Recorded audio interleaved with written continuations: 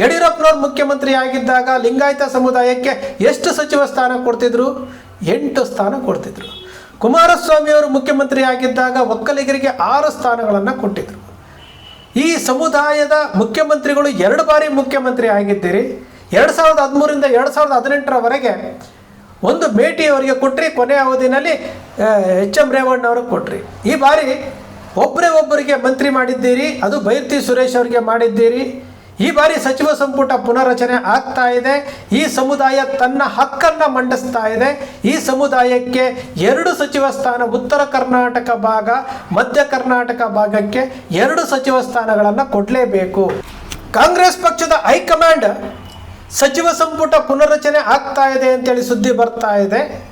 ಕುರುಬ ಸಮುದಾಯಕ್ಕೆ ಇನ್ನೂ 2 ಸಚಿವ ಸ್ಥಾನವನ್ನು ಹೆಚ್ಚುವರಿಯಾಗಿ ಕೊಡಬೇಕು. ಈ ಸಮುದಾಯ ಕಾಂಗ್ರೆಸ್ ಪಕ್ಷಕ್ಕೆ ವೋಟ್ ಬ್ಯಾಂಕ್ ಆಗಿದೆ. ಸಿದ್ದರಾಮಯ್ಯನವರು JDS ಅಲ್ಲಿದ್ದರು, ಜನತಾದಳದಲ್ಲಿದ್ದರು, ಆಮೇಲೆ ಬೊಮ್ಮಾಯಿಯವರು ಪಕ್ಷ ಕಟ್ಟಿದ್ರು, ಅದಾದ ನಂತರ ಕಾಂಗ್ರೆಸ್ಗೆ ಬಂದರು. ಕಾಂಗ್ರೆಸ್ಗೆ ಬಂದ ನಂತರ ಸಾರಾಸಗಟಾಗಿ ಕುರುಬ ಸಮುದಾಯ ಕಂಪ್ಲೀಟ್ ಆಗಿ ವೋಟ್ ಬ್ಯಾಂಕ್ ಆಗಿದೆ. ಇಂತಹ ವೋಟ್ ಬ್ಯಾಂಕ್ ಆಗಿರುವಂತಹ ಕುರುಬ ಸಮುದಾಯಕ್ಕೆ 2 ಸಚಿವ ಸ್ಥಾನ ಹೆಚ್ಚುವರಿಯಾಗಿ ಕೊಡಿ ಅಂತ ಕೇಳ್ತಾ ಇದ್ವಿ. ಇಲ್ಲಿ ಉತ್ತರ ಕರ್ನಾಟಕ ಭಾಗದಲ್ಲಿರುವಂತಹ ರಾಘವೇಂದ್ರ ಇಟ್ನಾಳ್ ಆಗಿರ್ಬೋದು, ಮತ್ತು ಬಾದಾಮಿಯ ಶಾಸಕರಾಗಿರ್ಬೋದು, ಮತ್ತು ಮಧ್ಯ ಕರ್ನಾಟಕದಲ್ಲಿ ಬಂದರೆ ಬಸವರಾಜ ಶಿವಣ್ಣ ಆಗಿರ್ಬೋದು, ಗೋವಿಂದಪ್ಪ ಅವರಾಗಿರ್ಬೋದು, ಇವರೆಲ್ಲರೂ ಇದ್ದಾರಲ್ಲ, ಇವರಿಗೆ ಸಚಿವ ಸ್ಥಾನ ಕೊಡಿ ಅಂತ ಕೇಳ್ತಾ ಇದ್ದೇವೆ. ಉತ್ತರ ಕರ್ನಾಟಕ ಭಾಗದ ಸಮಸ್ಯೆಗಳನ್ನು ದನಿ ಎತ್ತೋದಕ್ಕೆ ಈ ಕೊಟ್ಟರು ಎತ್ತತಾರೋ ಎತ್ತಲ್ಲೋ ಗೊತ್ತಿಲ್ಲ, ಆದರೆ ಕೊನೆಯ ಪಕ್ಷ ಉತ್ತರ ಕರ್ನಾಟಕ ಭಾಗದ ಶಾಸಕರುಗಳಿಗೆ ಈ ಸಮುದಾಯದ ಮೇಲೆ ಕಾಳಜಿ ಇದೆ. ಈ ಸಮುದಾಯದ ವೋಟ್ ಬ್ಯಾಂಕ್ಗೋಸ್ಕರವಾಗಿ ಬೇರೆ ಬೇರೆ ಸಮುದಾಯಗಳು ಕುರುಬ ಸಮುದಾಯವನ್ನು ಓಲೈಕೆ ಮಾಡ್ತಾರೆ, ಸಿದ್ದರಾಮಯ್ಯನವ್ರನ್ನ ಓಲೈಕೆ ಮಾಡ್ತಾರೆ. ಯಾಕೆ ಅಂದರೆ ಈ ಸಮುದಾಯ ಉತ್ತರ ಕರ್ನಾಟಕ ಭಾಗದಲ್ಲಿ ವೋಟ್ ಬ್ಯಾಂಕ್ ಆಗಿರುವಂಥದ್ದು, ನಿರ್ಣಾಯಕ ಪಾತ್ರ ವಹಿಸ್ತಾ ಇರುವಂಥದ್ದು. ಈ ಹಕ್ಕಿಗೋಸ್ಕರ ನಾವು ಕೇಳ್ತಾ ಇರುವಂಥದ್ದು, ಈ ಸಮುದಾಯಕ್ಕೆ ಹೆಚ್ಚುವರಿಯಾಗಿ 2 ಸಚಿವ ಸ್ಥಾನವನ್ನು ಕೊಡಲೇಬೇಕು. ನಾವು ಮುಖ್ಯಮಂತ್ರಿ ಆಗಿದ್ದೇವೆ ಸಾಕಲ್ಲ ಅಂತ ಅನ್ನಕ್ಕೆ ಹೋಗಬೇಡಿ. ನೀವು ಮುಖ್ಯಮಂತ್ರಿಯಾಗಿ ರಾಜ್ಯವನ್ನು ನಿಭಾಯಿಸಬೇಕು, ರಾಜ್ಯದ ಆಗು ಹೋಗುಗಳನ್ನು ನಿಭಾಯಿಸಬೇಕು.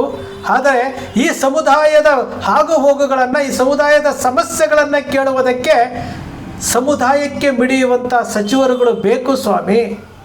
ಸಮುದಾಯಕ್ಕೆ ಶಿಕ್ಷಣ ಸಂಸ್ಥೆಗಳಿಲ್ಲ, ಸಮುದಾಯಕ್ಕೆ ಉದ್ಯಮಗಳಿಲ್ಲ, ಸಮುದಾಯದಲ್ಲಿ ಬ್ಯಾಂಕ್ಗಳಿಲ್ಲ, ಸಮುದಾಯದ ರಾಜಕೀಯ ನಾಯಕರನ್ನು ಬೆಳೆಸ್ತಾ ಇಲ್ಲ. ಕೊನೆಯ ಪಕ್ಷ ನಮ್ಮವರು ಇನ್ನೊಂದಷ್ಟು ಜನ ಸಚಿವರಾಗಿದ್ದಾರೆ ಅನ್ನೋ ಒಂದು ಖುಷಿಗಾದರೂ ನೀವು ಮಾಡಬೇಕಾಗುತ್ತೆ. ಇದನ್ನೇ ನಾವು ಕೇಳ್ತಾ ಇರುವಂಥದ್ದು. ನಾವು ಸೋತೋಗ್ಬಿಟ್ಟಿದ್ದೀವಿ ರೀ. ಈ ಕುರುಬ ಸಮುದಾಯ ಕಂಪ್ಲೀಟಾಗಿ ಸೋತೋಗ್ಬಿಟ್ಟಿದೆ. ಯಾಕೆಂದರೆ ಯಾವುದೇ ರೀತಿಯಾದಂತಹ ಬೇಡಿಕೆಗಳು ಇವತ್ತಿನವರೆಗೂ ಈ ಸಮುದಾಯಕ್ಕೆ ಈಡೇರಿಸಿಲ್ಲ. ರಾಜ್ಯ ಸರ್ಕಾರದ ಮುಂದೆ 10 ಬೇಡಿಕೆಗಳನ್ನು ಇಟ್ಟರೂ ಸಹ ಅದೆಲ್ಲವೂ ಸಹ ಕಸದ ಬುಟ್ಟಿಗೆ ಹೋಗ್ತಾ ಇದೆಯೇ ಹೊರತು ಇವತ್ತಿನವರೆಗೂ ಬೇಡಿಕೆ ಈಡೇರಿಸಿಲ್ಲ. ಹೆಚ್ಚಂದರೆ ಇನ್ನು 1.25 ವರ್ಷ ಸರ್ಕಾರ, ಅದಾದ ನಂತರ ಚುನಾವಣೆ ಬರುತ್ತೆ. ಚುನಾವಣೆಯಲ್ಲಿ ಯಾರು ಗೆಲ್ತಾರೋ ಯಾರು ಸೋಲ್ತಾರೋ ಅದು ಬೇಕಾಗಿಲ್ಲ. ಆದರೆ ಈಗಿರುವಂತಹ ಅವಕಾಶ ಸಚಿವ ಸಂಪುಟ ಪುನರ್ರಚನೆ ಆಗುತ್ತೆ ಅಂತ ಕೇಳಿ ಬರ್ತಾ ಇದೆ. ಉತ್ತರ ಕರ್ನಾಟಕ ಮಧ್ಯ ಕರ್ನಾಟಕ ಭಾಗದಲ್ಲಿ 2 ಸಚಿವ ಸ್ಥಾನವನ್ನು ಕೊಡಲೇಬೇಕು. ಇದು ಆಗ್ರಹ. ನಾವು ಕುರುಬರ ಅಭಿವೃದ್ಧಿ ನಿಗಮ ಕೇಳಿದ್ವಿ, ಕೊಡಲೇಬೇಕು ಅಂತ ಕೇಳಿದ್ವಿ. ಜನಸ್ಪಂದನದಲ್ಲಿ ಲೆಟರ್ ಕೊಟ್ವಿ.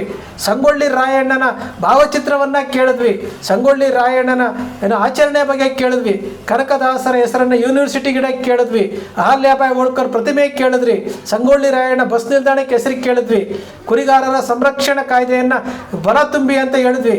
ಎಲ್ಲವೂ ಕೇಳಿದ್ವಿ. ಎಲ್ಲವನ್ನೂ ಕೇಳಿಸ್ಕೊಂಡು ಸುಮ್ಮನಾದರು. ಇವತ್ತಿನವರೆಗೂ ಯಾವುದನ್ನೂ ನೆರವೇರಿಸಿಲ್ಲ. ಈಗ ಸಚಿವ ಸಂಪುಟ ಪುನರ್ರಚನೆ ಆಗ್ತಾ ಇದೆ. ಕೊನೆಯ ಪಕ್ಷ ಇದನ್ನಾದರೂ ಮಾಡಿ ಸ್ವಾಮಿ ಅಂತೇಳಿ ಮಾನ್ಯ ಮುಖ್ಯಮಂತ್ರಿಗಳಿಗೆ, DK ಶಿವಕುಮಾರ್ ಅವರಿಗೆ, ಕಾಂಗ್ರೆಸ್ ಪಕ್ಷದ ಹೈಕಮಾಂಡ್ಗೆ, ಇವರಿಗೆಲ್ಲರೂ ಕೇಳ್ತಾ ಇದ್ದೀವಲ್ಲ, ನಮ್ಮ ಹಕ್ಕು ರೀ. ಕುರುಬ ಸಮುದಾಯ ಕಾಂಗ್ರೆಸ್ ಪಕ್ಷಕ್ಕೆ ವೋಟ್ ಬ್ಯಾಂಕ್. ST ಮೀಸಲಾತಿಯ ಶಿಫಾರಸನ್ನು ಬಸವರಾಜ ಬೊಮ್ಮಾಯಿಯವರು ಮಾಡಿದ್ದಾರೆ. ಆದರೂ ಸಹ ಬಸವರಾಜ ಬೊಮ್ಮಾಯಿಯವರ ಮಗ ಶಿಗ್ಗಾವಿನಲ್ಲಿ ಸೋಲ್ತಾರೆ. ನಮ್ಮ ಕುರುಬ ಸಮುದಾಯ ಇವತ್ತು ST ಮೀಸಲಾತಿಯಿಂದ ವಂಚಿತ ಆಗಿದೆ. ST ಮೀಸಲಾತಿಯಿಂದ ವಂಚಿತ ಆಗಿದೆ. ಅದಕ್ಕೆ ಜೀವ ಕೊಟ್ಟಂಥವರು ಬಸವರಾಜ ಬೊಮ್ಮಾಯಿಯವರು. ಇಲ್ಲಿ ಎಷ್ಟು ಕುರುಬ ಸಮುದಾಯ ಕಾಂಗ್ರೆಸ್ ಪಕ್ಷಕ್ಕೆ ವೋಟ್ ಬ್ಯಾಂಕ್ ಆಗಿದೆ ಅಂತಂದರೆ ಇದೊಂದೇ ಸಾಕ್ಷಿ. ಈ ಸಮುದಾಯಕ್ಕೆ ಎಸ್ಟಿ ಮೀಸಲಾತಿ ಇಲ್ಲ, ದೌರ್ಜನ್ಯ ನಡೀತಾ ಇದೆ, ಆ ದೌರ್ಜನ್ಯವನ್ನು ನಿಲ್ಲಿಸಿ ಸ್ವಾಮಿ ಅಂತೇಳಿ ಹಿಂದುಳಿದ ವರ್ಗದ ಆಯೋಗದ ಅಧ್ಯಕ್ಷರಿಗೆ ಆ ವೇದಿಕೆ ಮೇಲೆ ಹೇಳಿದ್ರೆ ಅವರು ಕೇಳಿಸ್ಕೊಂಡು ಈ ಕಿವಿನಲ್ಲಿ ಬಿಟ್ಟರು, ಮನವಿಯನ್ನು ಕೇಳಿದ್ರು ಈ ಕಿವಿನಲ್ಲಿ ಬಿಟ್ಟರು. ಸರ್ಕಾರದ ಮುಂದೆ 10 ಸರಿ ನಾವು ಬೇಡಿಕೆ ಕೊಟ್ಟರು ಯಾವುದನ್ನು ಪರಿಗಣಿಸೋದಿಲ್ಲ. ಹಾಗಾದರೆ ಈ ಸಮುದಾಯ ಕರ್ನಾಟಕದಲ್ಲಿ ಇದೆ ಅನ್ನೋದೇ ಡೌಟಾ? ಬರೀ ಎಲೆಕ್ಷನ್ ಟೈಮಲ್ಲಿ ಮಾತ್ರ ಭಾವನಾತ್ಮಕ ವಿಚಾರಗಳನ್ನು ಮಾತಾಡಿ ವೋಟ್ ಬ್ಯಾಂಕಾಗಿ ಬಳಸ್ಕೊಳ್ತಾ ಇದ್ದೀರಾ? ಈ ರೀತಿಯಾಗಿಯೇ ಈ ಸಮುದಾಯ ಆಟಕ್ಕೊಂಟು ಲೆಕ್ಕಕ್ಕಿಲ್ಲ ಅನ್ನೋ ರೀತಿಯಲ್ಲಿ ಆಗೋಗಿರೋದು. ಈ ಸಮುದಾಯಕ್ಕೆ ತನ್ನದೇ ಆದಂತಹ ವೈಶಿಷ್ಟ್ಯ ಇದೆ, ಇತಿಹಾಸ ಇದೆ. ಸಂಖ್ಯೆಯಲ್ಲಿ ಕರ್ನಾಟಕದಲ್ಲಿ ಸಿಂಗಲ್ ಲಾರ್ಜೆಸ್ಟ್ ಕಮ್ಯುನಿಟಿ ಇದೆ. ಬೀದರ್ನಿಂದ ಚಾಮರಾಜನಗರದವರೆಗೂ ಈ ಸಮುದಾಯ ಅತಿ ದೊಡ್ಡದಾದಂಥ ಸಮುದಾಯ ಇದೆ. ಆದರೂ ಸಹ ಈ ಸಮುದಾಯವನ್ನು ಗಂಭೀರವಾಗಿ ಪರಿಗಣಿಸ್ತಾ ಇಲ್ಲ. ಯಾಕೆ?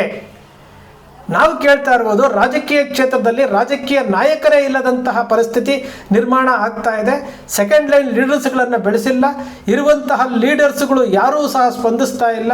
ವಿಧಾನಸಭೆಯಲ್ಲಿ ಸಮುದಾಯದ ಪರವಾಗಿ ದನಿ ಎತ್ತಂಥವ್ರು ಯಾರೂ ಇಲ್ಲ. ದನಿ ಎತ್ತಿ ಅಂತ ಹೇಳಿದ್ರು ಎತ್ತೋದಿಲ್ಲ. ಕೊನೆಯ ಪಕ್ಷ ಸಚಿವರನ್ನಾಗಿ ಮಾಡಿ ಸ್ವಾಮಿ. ಒಂದು ರಾಜ್ಯಸಭಾ ಸದಸ್ಯರಿಲ್ಲ. ಸ್ವತಂತ್ರ ಬಂದಾಗಲಿಂದ 78 ವರ್ಷದಲ್ಲಿ ರಾಜ್ಯಸಭಾ ಸದಸ್ಯರಾಗಿರುವಂಥವರು ಇಬ್ಬರು ರಾಜ್ಯಸಭಾ ಸದಸ್ಯರಾಗಿರುವಂಥವರು. MLCಗಳಂತೂ ಅಲ್ಲ, ಇಡೀ ಕರ್ನಾಟಕದಲ್ಲಿ MLC ಸ್ಥಾನ ಪಡೆದಿರುವಂಥವರು ಇಬ್ಬರೇ ಈಗಿರುವಂಥವರು.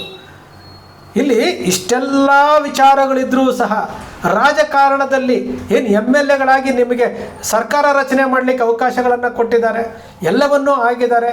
ಏನು ವಯಸ್ಸಿನಲ್ಲಿ ಹಿರಿಯರು, ಅನುಭವ ಇರುವಂತಹ ಶಾಸಕರುಗಳಿಗೆ ಸಚಿವ ಸ್ಥಾನ ಕೊಡಿ ಸ್ವಾಮಿ, ಕೊಡಿ. BG ಗೋವಿಂದಪ್ಪನವರು ಇದ್ದಾರೆ, ಕೊಡಿ. ರಾಘವೇಂದ್ರ ಹಿಟ್ನಾಳ್ ಇದ್ದಾರೆ, ಕೊಡ್ರಿ. ಬ್ಯಾಡಗೆ ಶಾಸಕರು ಬಸವರಾಜ ಶಿವಣ್ಣ ಅವರು ಇದ್ದಾರೆ, ಕೊಡ್ರಿ. ಇನ್ನು ಯಾರ್ಯಾರು ಉತ್ತರ ಕರ್ನಾಟಕ ಭಾಗ, ಮಧ್ಯ ಕರ್ನಾಟಕ ಭಾಗದಲ್ಲಿ ಇದ್ದಾರಲ್ಲ ಅವರು ಕೊಡಿ. ಯಾರು ಬೇಡ ಅಂತಾರೆ? ಇಲ್ಲ ಹೊಸಬ್ರಿಗೆ ಯಾರಿಗಾದ್ರೂ MLC ಮಾಡಿಕೊಡ್ತೀರಾ? ಕೊಡಿ. ಇಲ್ಲಿ MLC ಸ್ಥಾನನೂ ಕೊಡಲ್ಲ, ಸಚಿವ ಸ್ಥಾನನೂ ಕೊಡಲ್ಲ, ಏನು ರಾಜ್ಯಸಭಾನೂ ಕೊಡೋಕ್ಕಿಲ್ಲ, ಸಮುದಾಯದ ಬೇಡಿಕೆಗಳನ್ನು ಈಡೇರಿಸೋದಿಲ್ಲ. ಹಾಗಾದರೆ ಈ ಸಮುದಾಯ ಯಾತಕ್ಕಿದೆ? ಈ ಪ್ರಶ್ನೆಗೆ ಉತ್ತರ ಕುರುಬ ಸಮುದಾಯದಲ್ಲಿ ಅವರೇ ಮನವರಿಕೆ ಮಾಡ್ಕೊಳ್ಬೇಕು. ನಾವು ಯಾತಕ್ಕೆ ಈ ಭೂಮಿ ಮೇಲೆ ಬದುಕಿದ್ದೀವಿ ಅಂತೇಳಿ ನಮಗೆ ಗೊತ್ತಿಲ್ಲ. ಯಾಕೆಂದರೆ ನಾವು ಯಾವುದನ್ನು ಪ್ರಶ್ನೆ ಮಾಡೋದಿಲ್ಲ, ನಾವು ಯಾವುದನ್ನು ಕೇಳೋದಿಲ್ಲ. ಇದರ ಬಗ್ಗೆ ಚೆನ್ನಾಗಿ ಗೊತ್ತಿರುವಂತಹ ರಾಜಕೀಯ ಪಕ್ಷಗಳು ನಮ್ಮನ್ನು ಬಳಸ್ಕೊಳ್ತಾ ಇರುವಂತಹ ರೀತಿ, ನಮ್ಮನ್ನು ಬಳಸ್ಕೊಳ್ತಾ ಇರುವಂಥದ್ದು ಯಾವುದಕ್ಕೆ ಗೊತ್ತಾ? ಓನ್ಲಿ ವೋಟ್ ಬ್ಯಾಂಕ್ಗೋಸ್ಕರವಾಗಿ ಕುರುಬರನ್ನು ಬಳಸ್ಕೊಳ್ಳೋದು. ವೇದಿಕೆಗಳ ಮೇಲೆ ಕೂತಿರುವಂಥವರಿಗೆ ಜೈಕಾರ ಹಾಕೋದಕ್ಕೆ, ಇನ್ನು ಸಮಾವೇಶಗಳಲ್ಲಿ ಸಂಖ್ಯೆಗಳನ್ನು ತೋರಿಸೋದಕ್ಕೆ ಈ ಕುರುಬ ಸಮುದಾಯವನ್ನು ಸಾರಾಸಗಟಾಗಿ ಬಳಸ್ಕೊಳ್ತಾ ಇದ್ದಾರೆ. ಇದೇ ಸತ್ಯ. ನೀವು ಗಮನಿಸಿ ನೋಡಿ, ನೀವು ಎಲ್ಲವನ್ನು ಅವಲೋಕನ ಮಾಡಿ ನೋಡಿ. ಇದೇ ಸತ್ಯ. ಈ ಸತ್ಯವನ್ನು ತಿಳಿದುಕೊಂಡ್ರೆ, ಈ ಸಮುದಾಯ ಏನಾದರೂ ತಿಳ್ಕೊಂಡ್ರೆ, ಕಾಲೆಳೆಯುವಂತಹ ಬುದ್ಧಿಯನ್ನು ಬಿಟ್ಟರೆ ಖಂಡಿತವಾಗ್ಲೂ ಈ ಸಮುದಾಯಕ್ಕೂ ಭವಿಷ್ಯ ಇದೆ. ಎಲ್ಲಿಯವರೆಗೂ ಅಂತಂದರೆ ಪ್ರಶ್ನೆ ಮಾಡುವಂತಹ ಶಕ್ತಿ ಕಳ್ಕೊಂಡಿದ್ದೀರಿ ನೀವು. ಪ್ರಶ್ನೆ ಮಾಡಿ. ಮುಖ್ಯಮಂತ್ರಿಗಳೇ, ನಮಗೂ ಇನ್ನೂ 2 ಸಚಿವ ಸ್ಥಾನ ಕೊಡಿ. ಯಡಿಯೂರಪ್ಪನವರು 8 ಕೊಟ್ಟಿದ್ರು ಅವ್ರ ಸಮುದಾಯಕ್ಕೆ, ಕುಮಾರಸ್ವಾಮಿ ಅವರು 6 ಕೊಟ್ಟಿದ್ರು. ನಮ್ಮ ಸಮುದಾಯಕ್ಕೂ ಕೊಡಿ ಸ್ವಾಮಿ. ಯಾರು ಏನು ಪ್ರಶ್ನೆ ಮಾಡೋದಿಲ್ಲ.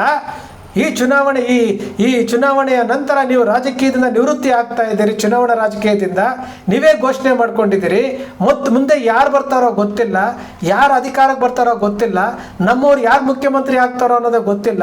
ಇಂತಹ ವಿಚಾರದಲ್ಲಿ ಈಗಿರುವಂತಹ ಅವಕಾಶ, ಈ ಸಮುದಾಯ ನಿಮಗೆ ಕೊಟ್ಟಿರುವಂತಹ ನೆರವು, ಈ ಸಮುದಾಯ ನಿಮಗೆ ಕೊಟ್ಟಿರುವಂತಹ ಶಕ್ತಿ, ಈ ಎಲ್ಲವನ್ನು ಪರಿಗಣಿಸಿ ಈ ಸಮುದಾಯಕ್ಕೆ ಹೆಚ್ಚುವರಿಯಾಗಿ 2 ಸಚಿವ ಸ್ಥಾನವನ್ನು ಕೊಡಿ ಸ್ವಾಮಿ.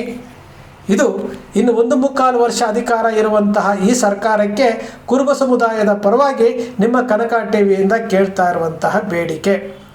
ಬಂಧುಗಳೇ, ಕನಕ ಟಿವಿ ಸೃಷ್ಟಿ ಮಾಡೋದಿಲ್ಲ, ಕಲ್ಪನೆ ಮಾಡೋದಿಲ್ಲ, ವಾಸ್ತವದ ವಿಚಾರವನ್ನು ವಿಶ್ಲೇಷಣೆ ಮಾಡುತ್ತೆ.